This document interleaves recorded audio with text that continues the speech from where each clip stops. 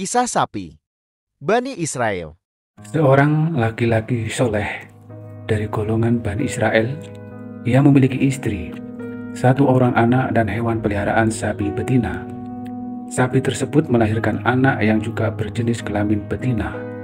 Sapi itu diletakkan di dalam hutan belantara. Sesaat ketika menjelang ajalnya, sang laki-laki saleh berwasiat kepada istrinya, "Wahai istriku, berikanlah anak sapi yang kita miliki kepada anak kita saat ia dewasa kelak." Tidak lama laki-laki itu pun tutup usia. Seiring perjalanan waktu, anak si laki-laki saleh itu mulai tumbuh dewasa. Dia bekerja sebagai tukang pencari kayu bakar di hutan. Perangai anak ini sama seperti ayahnya dulu, yang juga memiliki kepribadian saleh. Ketika ia telah mendapat kayu bakar, kemudian hasilnya ia jual dan dibagi menjadi 3 bagian. Sepertiga untuk mencukupi kebutuhan sendiri, sepertiga untuk ibunya, dan sepertiga lagi untuk disedekahkan. Ia juga membagi waktu malamnya menjadi 3 bagian. Sepertiga malam untuk tidur, sepertiga malam untuk mengabdikan diri kepada ibunya, dan sepertiga malam untuk beribadah kepada Allah Subhanahu wa Ta'ala.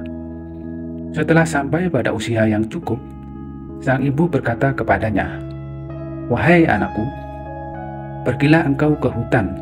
Di dalam hutan itu ada seekor sapi betina yang ditinggalkan ayahmu untukmu.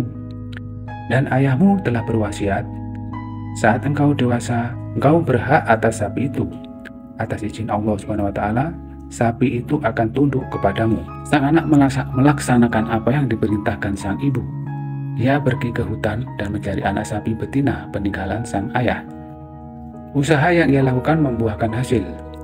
Akhirnya ia menemukan anak sapi betina sesuai apa yang telah disampaikan oleh ibunya. Benar, sapi itu tunduk kepada pemudanya. Bahkan sapi itu mampu berbicara. Sapi berkata, "Naiklah engkau di atas punggungku, wahai anak muda." Pemuda itu menjawab, "Sesungguhnya ibuku tidak memerintahkan diriku untuk menunggangimu." Sebenarnya apa yang diucapkan oleh sapi itu adalah sebuah ujian. Seandainya pemuda tersebut naik ke punggung sapi, sapi itu akan menjadi liar dan pemuda itu tidak akan bisa lagi menundukkannya. Singkat cerita, sapi dituntun dan dibawa pulang. Sesampai di rumah, sang ibu tersebut memberikan perintah, "Atas izinku, jualah sapi ini dengan harga 3 dinar." Tidak menunggu lama, pemuda itu segera melaksanakan apa yang diperintahkan ibunya. Di tengah perjalanan, tiba-tiba ada sosok laki-laki yang mendekati pemuda saleh tersebut dan langsung menawarkan sapi yang ia bawa. "Berapa engkau jual sapi ini?" Pemuda itu menjawab, "Atas izin ibuku, sapi ini aku jual 3 dinar."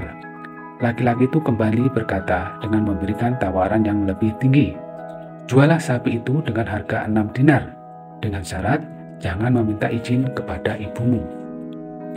Pemuda itu menolak tawaran laki-laki asing itu. Dia pun kembali pulang dan menceritakan kejadian yang telah ia alami saat di perjalanan kepada sang ibu. Setelah mendengarkan cerita dari sang anak, ibunya pun memberikan izin bahwa sapi itu boleh dijual dengan harga 6 dinar. Dan pemuda itu berangkat kembali di perjalanan. Kejadian serupa terulang. Laki-laki yang menemui dirinya dan menawar sapi itu dengan harga 2 kali lipat lebih tinggi, yaitu 12 dinar. Laki-laki dengan syarat ia tidak boleh meminta izin kepada ibunya. Pemuda itu sontak menolak. Ia pun kembali pulang dan menceritakan kejadian itu kepada ibunya. Sang ibu berkata, "Sesungguhnya laki-laki yang menemuimu adalah malaikat yang diutus oleh Allah Subhanahu wa Ta'ala. Pergilah, temui dia dan ucapkan salam kepadanya. Bertanyalah engkau kepadanya, apakah kami boleh menjual sapi ini?" Pemuda itu segera pergi lagi dan melaksanakan apa yang diperintahkan ibunya. Setelah bertemu dengan malaikat yang menyamar menjadi orang asing yang pernah ia temui, ia segera menyampaikan pertanyaan sesuai dengan apa yang diperintahkan ibunya. "Apakah sapi ini boleh dijual?" Sang malaikat memberikan jawaban, "Jangan menjual sapi itu kecuali dengan harga emas seberat kulit sapi." Di waktu yang sama, ada sebuah permasalahan yang sedang terjadi di antara umat Bani Israel, yaitu sebuah kasus pembunuhan yang belum terungkap siapa pelaku sebenarnya. Untuk memecahkan kasus ini, kaum Bani Israel meminta tolong kepada Nabi Musa alaihissalam.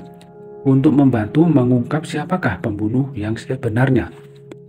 Nabi Musa memberikan syarat kepada kaum Bani Israel. Mereka disuruh mencari seekor sapi dengan beberapa ciri khusus. Dan ternyata ciri tersebut ada pada sapi yang dimiliki pemuda saleh tadi. Karena pesan dari malaikat yang tidak boleh menjual sapi itu kecuali dengan harga emas seberat kulit sapi. Terjadilah negosiasi antara kaum Bani Israel dengan si pemuda saleh tadi. Harga yang begitu tinggi membuat Bani Israel terlalu berat untuk membayarnya. Tetapi pada akhirnya mau tidak mau kaum Bani Israel pun membayar dengan harga yang telah ditentukan, yaitu emas seberat kulit sapi. Allah Subhanahu wa Ta'ala memperlihatkan kebenaran setelah sapi itu disembelih. Allah Subhanahu wa Ta'ala memerintahkan Nabi Musa alaihissalam untuk memukulkan bagian tubuh sapi tersebut ke anggota tubuh mayat. Atas izin Allah Subhanahu wa Ta'ala, mayat yang terbunuh hidup kembali dan berkata, "Aku dibunuh oleh 2 orang saudara sepupuku." Setelah berucap demikian, pemuda ia kembali mati.